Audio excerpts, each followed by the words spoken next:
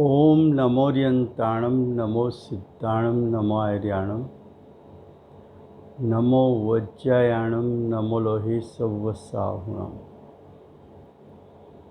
मंगलम भगवान वीरो मंगलम गौतमो गणी मंगलम कुंद कुंदार्यो जैन धर्मोस्तु मंगलम। ओंकार बिंद संयुक्तम नित्यं जायन्ति योगिनः कामदं मोक्षदं चैव ओंकाराय नमो नमः। अहोपकार जिनवर्णो कुंदनो ध्वनि दिव्यनो जीन कुंद ध्वनि आप्या अहो आ गुरु कहानो। तुझ ज्ञान ध्यान नो रंग अमया दर्श रहो ओ शिव पद तक तुझ संग माता हाथ दो।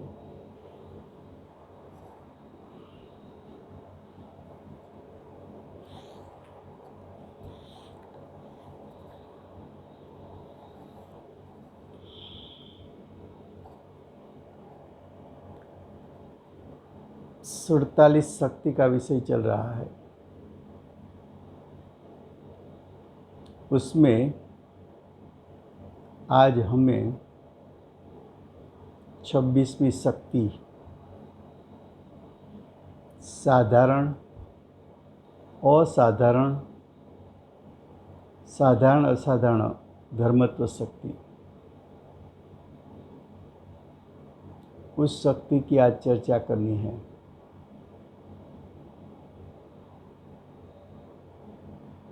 भगवत अमृतचंद्र आचार्य देव ने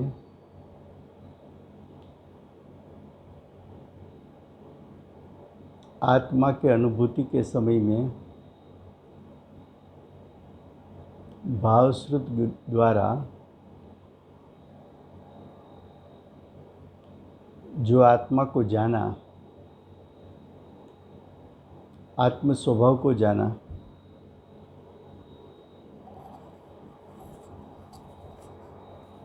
और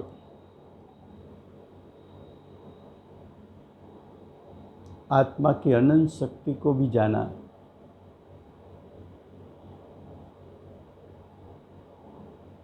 वो जो अनंत शक्ति को जाना, उसमें साधारण शक्ति को जाना, असाधारण शक्ति को जाना और साधारण असाधारण धर्मत्व शक्ति को भी जाना।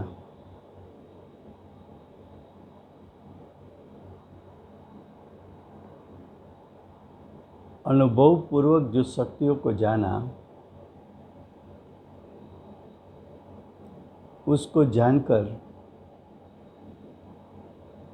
सविकल्प दशा में आकर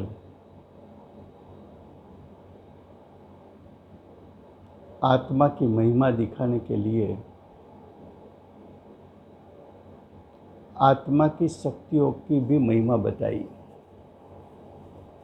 क्या बताया? आत्मा की शक्तियों, उसकी महिमा भी बताई। उस महिमा में उसने ऐसा बताया कि आत्मा में जो शक्ति है,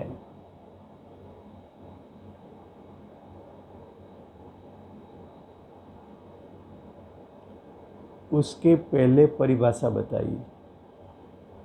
ये परिभाषा इस प्रकार है।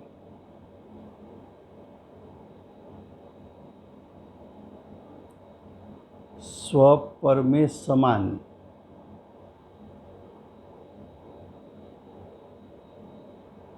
स्वपर में असमान और स्वपर में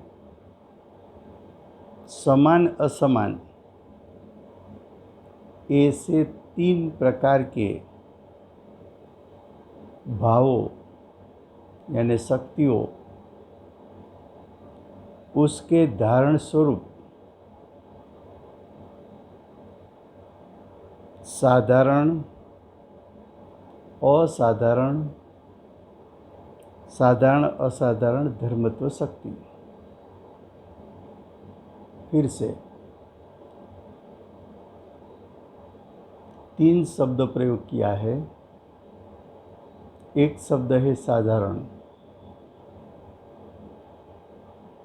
दूसरा शब्द है असाधारण,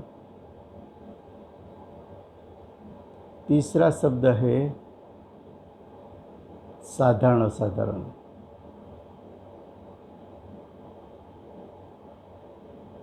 धर्मत्व का अर्थ है धर्म को धारण करने वाले। आत्मा स्वपर में समान हो ऐसी शक्ति को धारण करने वाला, सिर्फ आत्मा में हो और अन्य 5 द्रव्य में न हो, ऐसी असाधारण शक्तियों को धरने वाला। और कुछ शक्ति है सिर्फ एक में नहीं है और सभी में नहीं है, लेकिन 2 से 5 द्रव्य में है। तो 2 से 5 में है, समझ लो 2 में है, तो दोनों के लिए समान हो गई, लेकिन दूसरे 4 के लिए असमान हो गई। तो जिसमें समानपना भी है असमानपना भी है, ऐसी शक्तियों को धरने वाला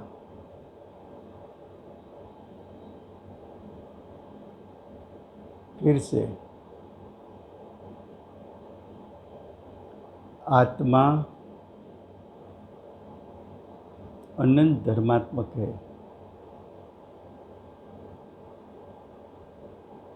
आत्मा अनंत शक्तिवान है।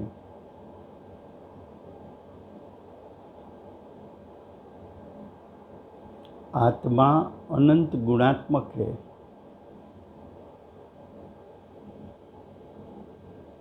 शक्ति को कभी कभी आचार्य भगवान गुण भी कहते हैं, कभी कभी धर्म भी कहते हैं।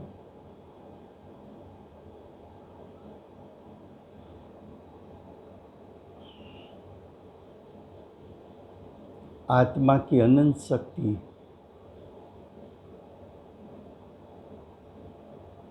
अनंत शक्ति को डिवाइड करने में आए तो 3 विभाग में अनंत शक्ति को आप बांट सकते हैं। आत्मा की कुछ शक्ति ऐसी है जो सभी द्रव्यों में होती है।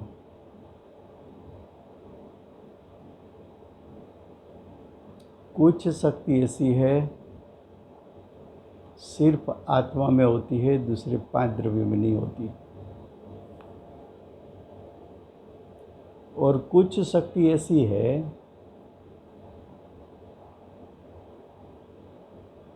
एक से अधिक द्रव्यों में है, लेकिन सभी द्रव्यों में नहीं है।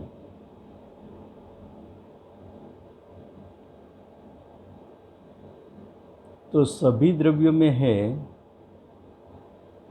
उसको समान शक्ति कहा। समान शक्ति का दूसरा नाम साधारण शक्ति, उसका तीसरा नाम सामान्य शक्ति। सभी में है इसलिए सामान्य कह सकते हो, समान कह सकते हो, साधारण कह सकते हो। ऐसी अनंत शक्ति है आत्मा में।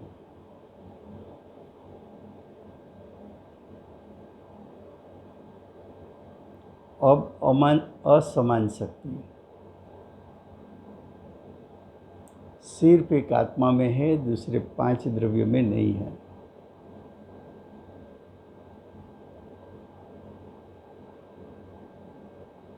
सिर्फ एक में है इसलिए आप उसको असमान शक्ति कह सकते हो, उसको आप असाधारण शक्ति कह सकते हो।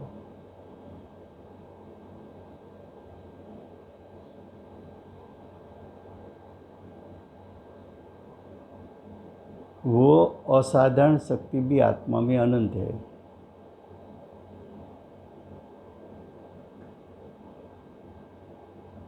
अब तीसरी बात, कुछ शक्ति ऐसी है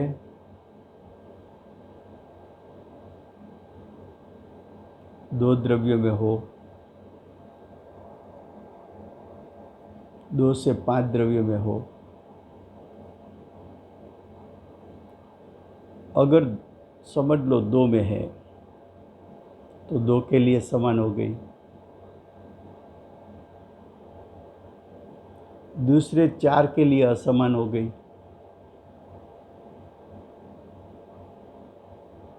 तो समान असमान, जिसको आप साधारण असाधारण कह सकते हो। तो साधारण असाधारण धर्मत्व शक्ति या साधारण धर्मत्व शक्ति या असाधारण धर्मत्व शक्ति,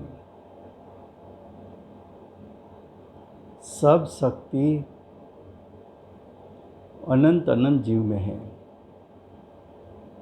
साधारण शक्ति अनंत, उसको धरने वाला आत्मा। असाधारण शक्ति अनंत, उसको धरने वाला आत्मा। साधारण असाधारण शक्ति को धरने वाला आत्मा।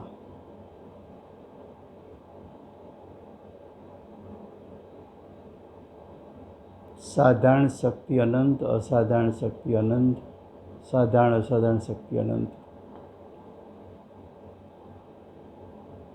सभी शक्ति अनंत अनंत क्यों है?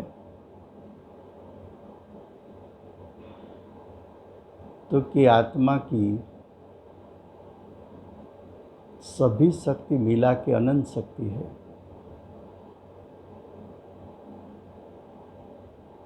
और तीनों शक्ति अगर मर्यादित हो तो मर्यादित संख्या का टोटल अमर्याद यानी अनंत नहीं हो सकता।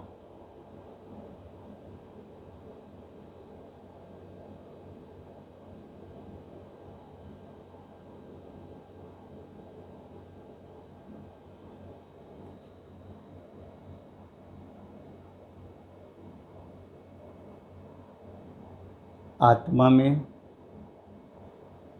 और दूसरे 5 द्रव्यों में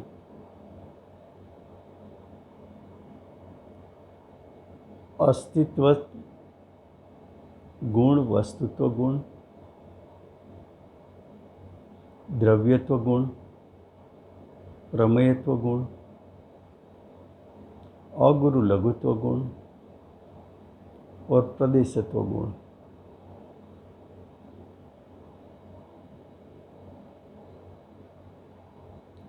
ऐसे दूसरे अनंत गुण सामान्य गुण के रूप में है, सामान्य शक्ति के रूप में है, समान शक्ति के रूप में है, साधारण शक्ति के रूप में है। ऐसे गुण सभी द्रव्यों में होता है।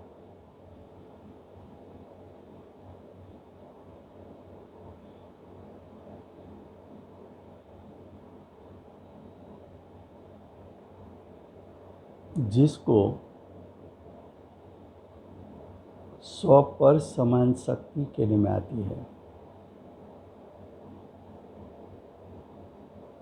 और ऐसी शक्ति का धरने वाला सभी क्षय द्रव्य है,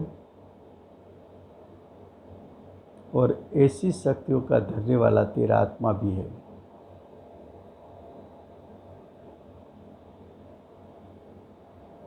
अब असाधारण शक्ति आत्मा में जीवत्व शक्ति है, चिति शक्ति है, ज्ञान शक्ति है, दर्शन शक्ति है, सुख शक्ति है। ऐसी अनंत शक्ति है। ऐसी शक्ति सिर्फ आत्मा में है, दूसरे 5 द्रव्यों में नहीं है।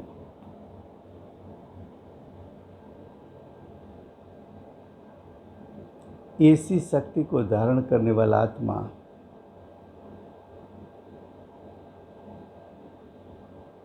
वो असमान यानी असाधारण शक्ति है।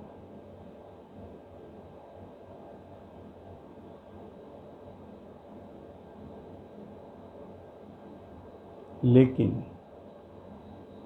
वैभाविक शक्ति और क्रियावती शक्ति 6 द्रव्यों में से एक जीव में, दूसरा पुद्गल सिर्फ 2 द्रव्यों में है।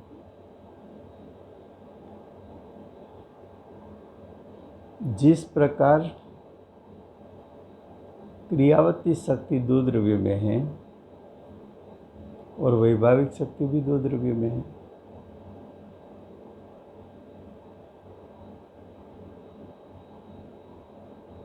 लेकिन अरूपीपना 5 द्रव्यों में है। तो वैभाविक शक्ति और क्रियावती शक्ति 2 द्रव्यों में समान, दूसरे 4 द्रव्यों में नहीं है, इसलिए असमान।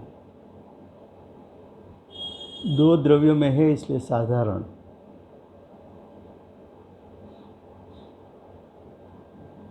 दूसरे 4 द्रव्यों में नहीं है इसलिए असाधारण।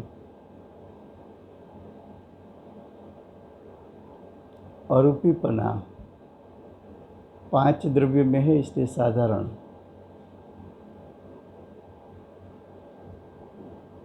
सभी द्रव्यों में नहीं है इसलिए असाधारण।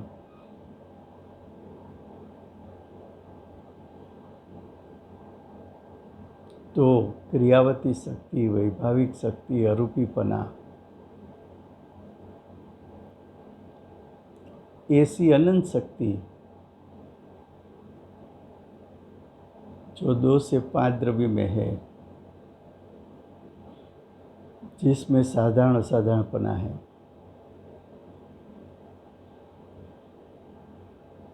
ऐसी आत्मा में वैभाविक शक्ति, क्रियावती शक्ति, अरूपीपना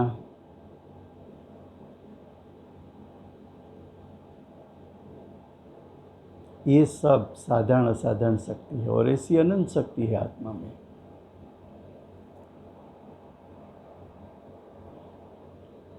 तो जो आत्मा की रचना है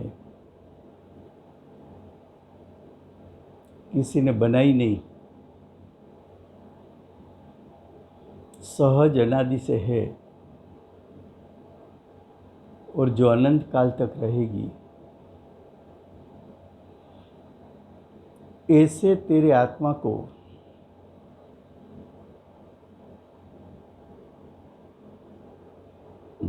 आत्मा के स्वरूप को तुझे समझना है, उसका यथार्थ श्रद्धा और ज्ञान करना है, तो मेरा आत्मा का स्वरूप साधारण, असाधारण और साधारण असाधारण धर्मत्व शक्ति से अभेद है। ऐसा अनंत गुणात्मक, अनंत शक्तिवान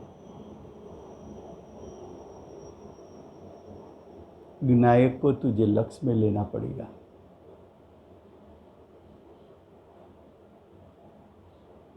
चाहे साधारण गुण हो या साधारण शक्ति हो कि असाधारण शक्ति हो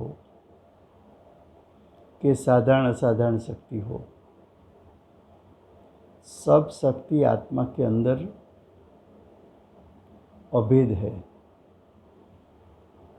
एकत्वपने है। ये तीनों प्रकार की शक्ति आत्मा में अभेदपने, एकत्वपने, तीनों काल आत्मद्रव्यों में व्याप कर एक साथ रहती है।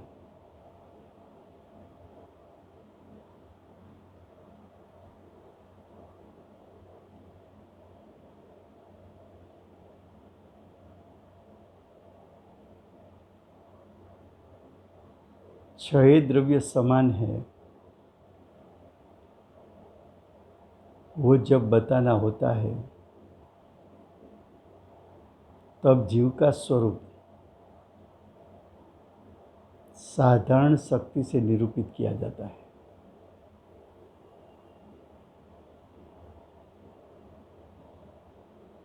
लेकिन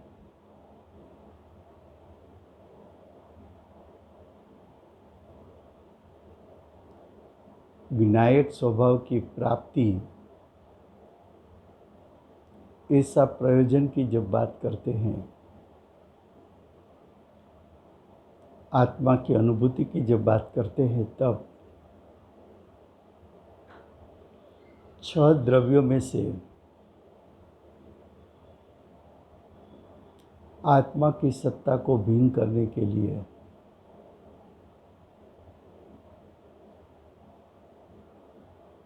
भेदरूप श्रद्धा और भेदरूप ज्ञान करने के लिए आत्मा के स्वरूप को उसकी असाधारण शक्ति के माध्यम से पहचाना जाता है।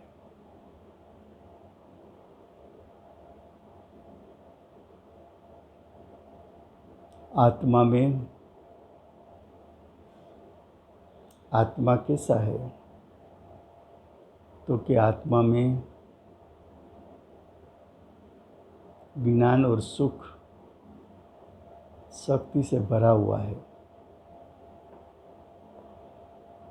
आत्मा में तो अनंत शक्ति है। आपने सिर्फ ज्ञान और सुख की बात क्यों बताई? तो कि ज्ञान और सुख, ये दो गुण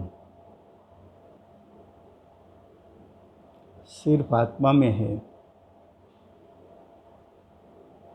और दूसरे 5 द्रव्यों में नहीं है।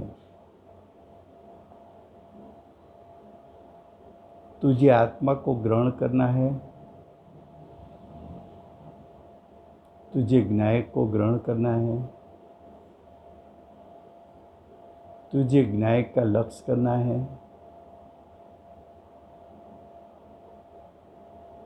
ज्ञायक का लक्ष्य करके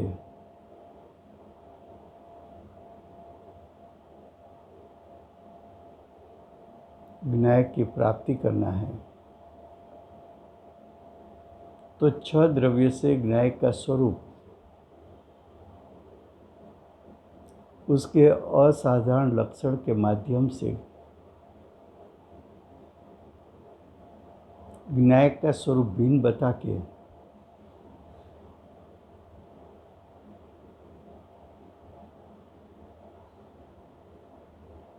जो असाधारण गुण है, असाधारण शक्ति है, वो आत्मा का लक्षण है। वो लक्षण के माध्यम से लक्ष्य को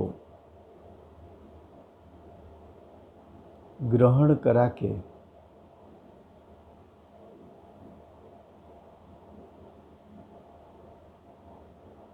आत्मा की अनुभूति कराई जाती है।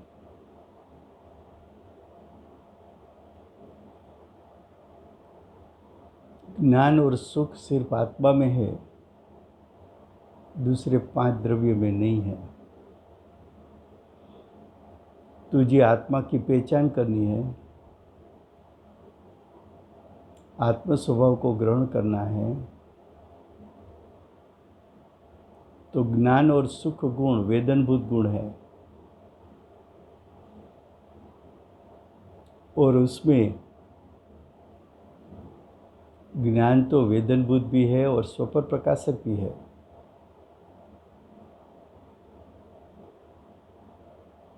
तो आत्मा की ऐसी शक्ति कि सिर्फ जो आत्मा में है, दूसरे 5 द्रव्य में नहीं है, उसके माध्यम से तू विनायक को ग्रहण कर सकता है।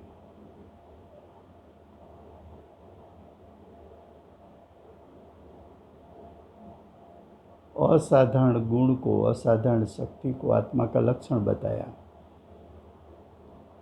और विनायक को लक्ष्य बताया। तो लक्षण के माध्यम से लक्ष्य को ग्रहण कर ले, तू ग्रहण कर सकता है।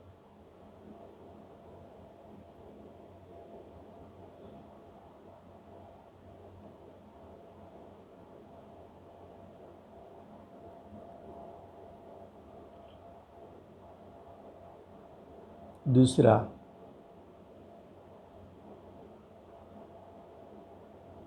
दूसरे 4 द्रव्यों, धर्म द्रव्य, अधर्म द्रव्य, आकाश द्रव्य और काल द्रव्य,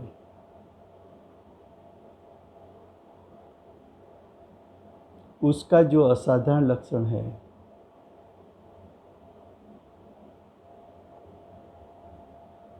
वो चारों द्रव्यों,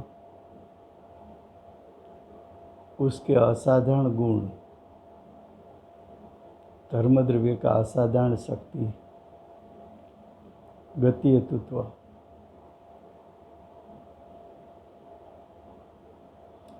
अधर्म द्रव्य का स्थिति हेतुत्व, आकाश का अवगान हेतुत्व और काल का परिणमन हेतुत्व,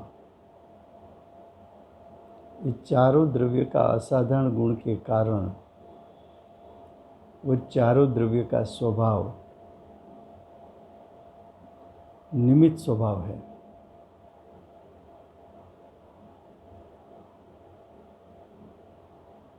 जब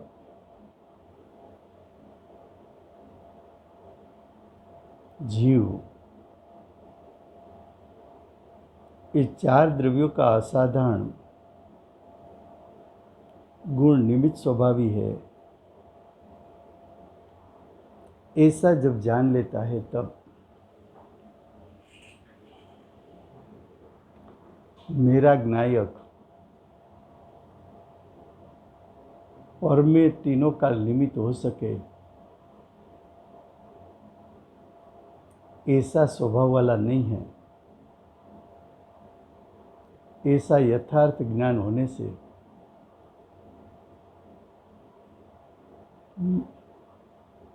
मैं पर में निमित्त बनूं, ये भाव अज्ञानी का छूट जाता है। निमित्त कर्तापना का भाव छूट जाता है। निमित्त कर्तापना, वो भाव भी मिथ्यात्व भाव है।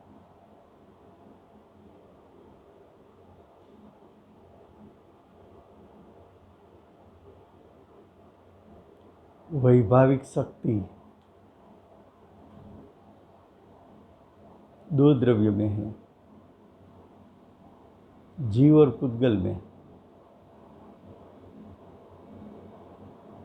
वैभाविक शक्ति के कारण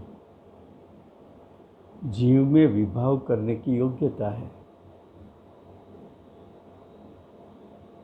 लेकिन तीनों काल विभाव कर सके ऐसा स्वभाव नहीं है।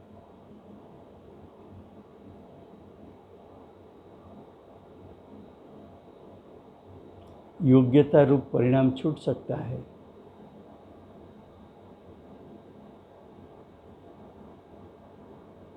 जब जीव कर्म के संग में आता है तो उसकी दशा में विभाव हो जाए, ऐसी योग्यता वैभाविक शक्ति के कारण है।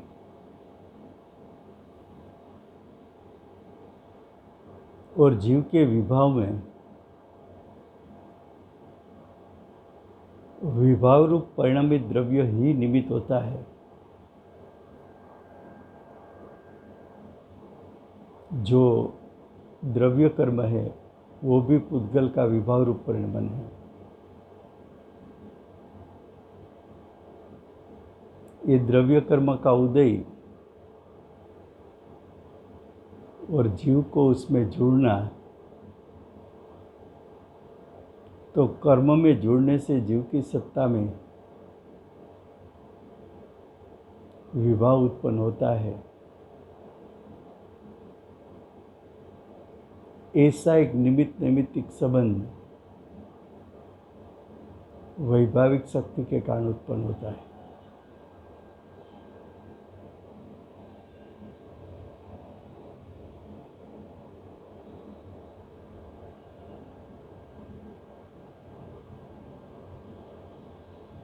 तो जीव में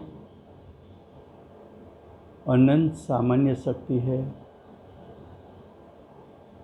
अनंत असाधारण शक्ति है। अनंत साधारण असाधारण का दूसरा नाम है विशेष शक्ति है।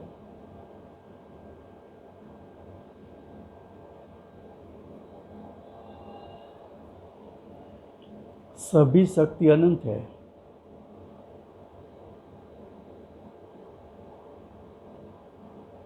एक एक शक्ति आत्मा का एक एक लक्षण है। अनंत शक्ति होने के कारण आत्मा के लक्षण भी अनंत है।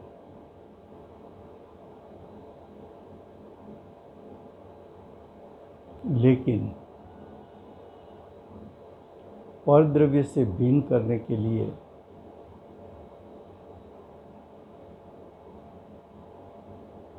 सामान्य गुण को लक्षण नहीं बताया, क्योंकि ऐसे लक्षण तो दूसरे द्रव्य में भी है। तो तेरी गलती हो सकती है। विशेष गुण यानी साधारण असाधारण शक्तियों को भी लक्षण नहीं बताया। क्यों? तो कि ऐसे लक्षण एक से अधिक द्रव्यों में है। मान ले कि आत्मा का लक्षण अरूपी बताया, तो वो अरूपी लक्षण तो धर्म अधर्म आकाश और काल द्रव्यों में भी है।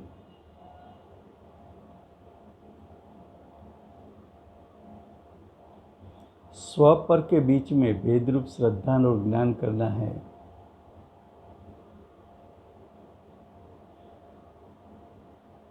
तो आत्मा की शक्ति ऐसी बताई सिर्फ आत्मा में हो, दूसरे 5 द्रव्य में न हो।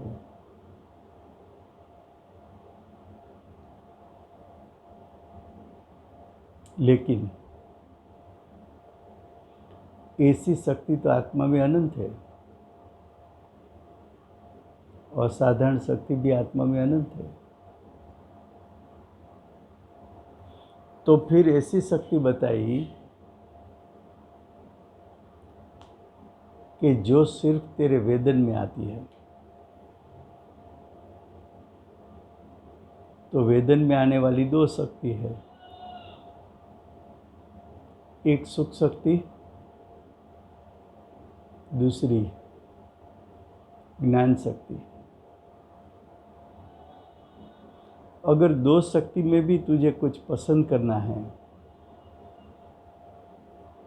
तो ज्ञान शक्ति को पसंद कर। क्यों? तो कि वो वेदनभूत भी है और स्व पर प्रकाशक है। स्व और पर के बीच में विवेक कर पाएगा ज्ञान, और ज्ञान वेदन में भी आएगा। तो अनंत शक्तियों में से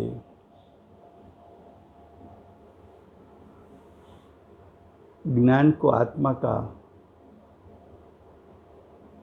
असाधारण शक्ति कहा, उसको आत्मा का लक्षण कहा।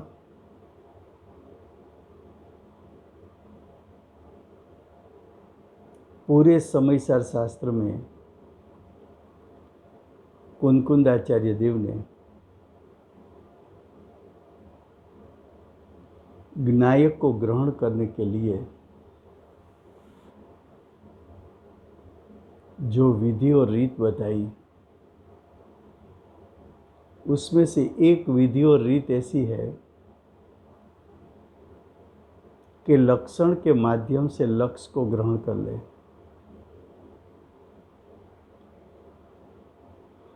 ऐसा क्यों कहा?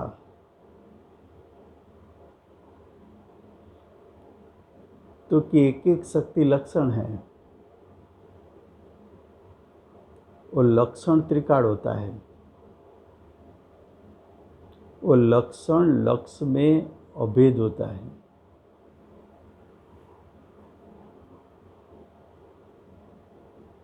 लक्षण लक्ष्य का एक भेद है, वो ऐसा भेद है कि लक्ष्य में अभेद है।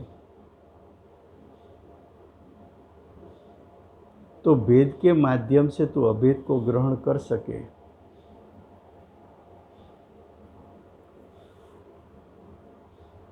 तुझे ज्ञायक ग्रहण करना है।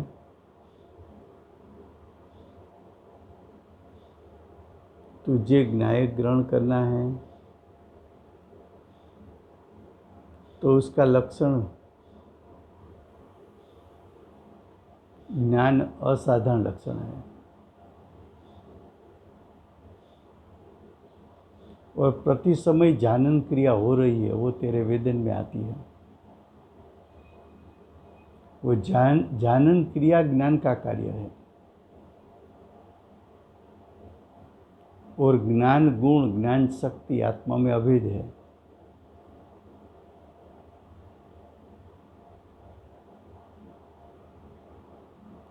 तो ज्ञान शक्ति को आत्मा की असाधारण शक्ति के रूप में स्वीकार करके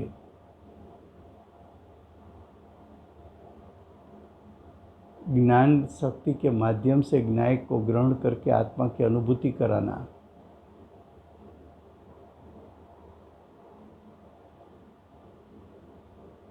ये प्रयोजन है। ज्ञायक ग्रहण होगा, तुझे सम्यक दर्शन ज्ञान चारित्र प्रकट होगा, मोक्ष मार्ग प्रटेगा, जिसका फल मोक्ष आएगा।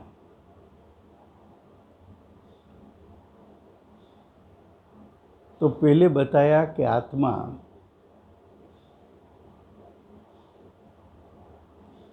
की सत्ता तीन प्रकार की शक्ति से अभेद है। तीन प्रकार में सामान्य शक्ति है अनंत, वो आत्मा में अभेद।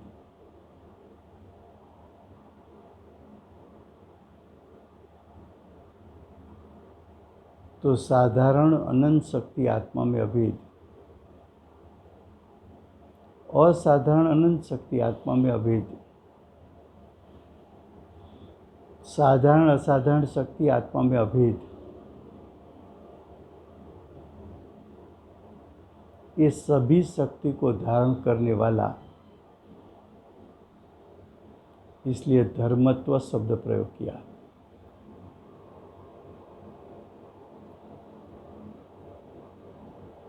अनंत शक्ति का एकत्व,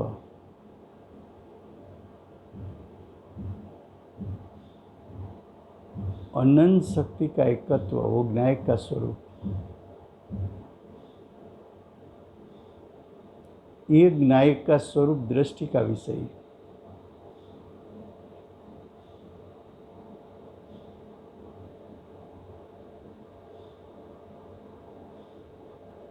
ये जो दृष्टि का विषय है, ये विनायक पर तेरी दृष्टि गिर गई, उसमें हूँपना स्थापित हो गया।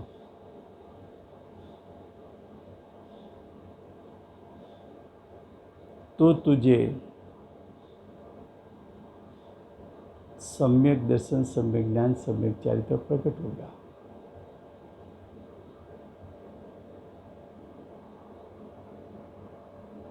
आचार्य भगवंत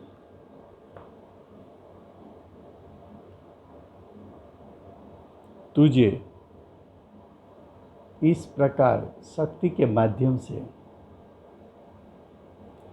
पर द्रव्य से, शुभाशुभ विकारी भावों से, भेदरूप श्रद्धा और ज्ञान करा के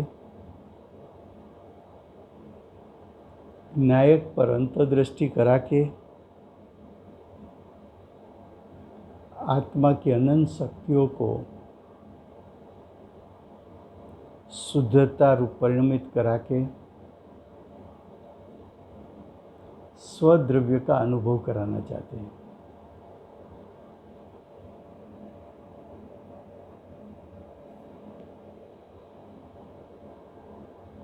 आत्मा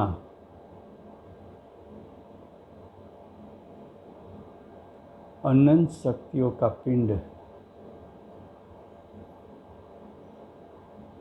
एक एक शक्ति, उसका सामर्थ्य अमर्याद, बेहद, जिसकी सीमा नहीं।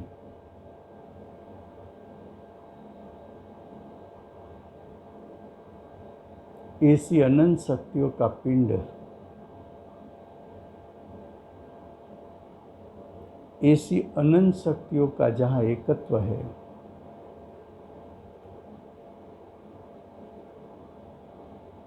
वो विनायक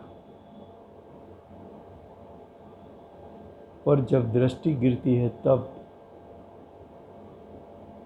ज्ञान उपयोग भी बाहर से समेटकर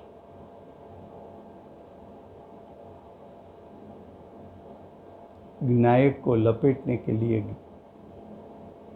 ज्ञान उपयोग बाहर में से अंदर आ जाता है। उसी समय जीव को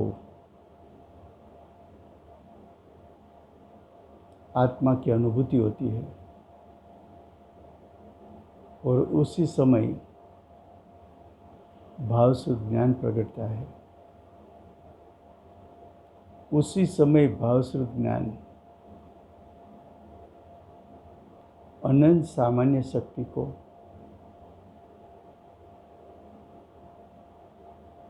यानी अनंत साधारण शक्ति को, अनंत साधारण असाधारण शक्तियों को और अनंत असाधारण शक्तियों को और उसके परिणाम को ज्ञान जान लेता है। तो ये शक्ति जानकर मैं अनंत शक्ति का पिंड हूँ, उसकी महिमा लाके एक एक शक्ति की महिमा करके विनायक स्वभाव की महिमा करके विनायक को ग्रहण कराने का प्रयोजन आचार्य भगवान का है। इस प्रयोजन को अनुसरण करके हम मोक्ष मार्ग प्रकट कर ले, ऐसी भावना। समय हुआ है। जय जयेंद्र।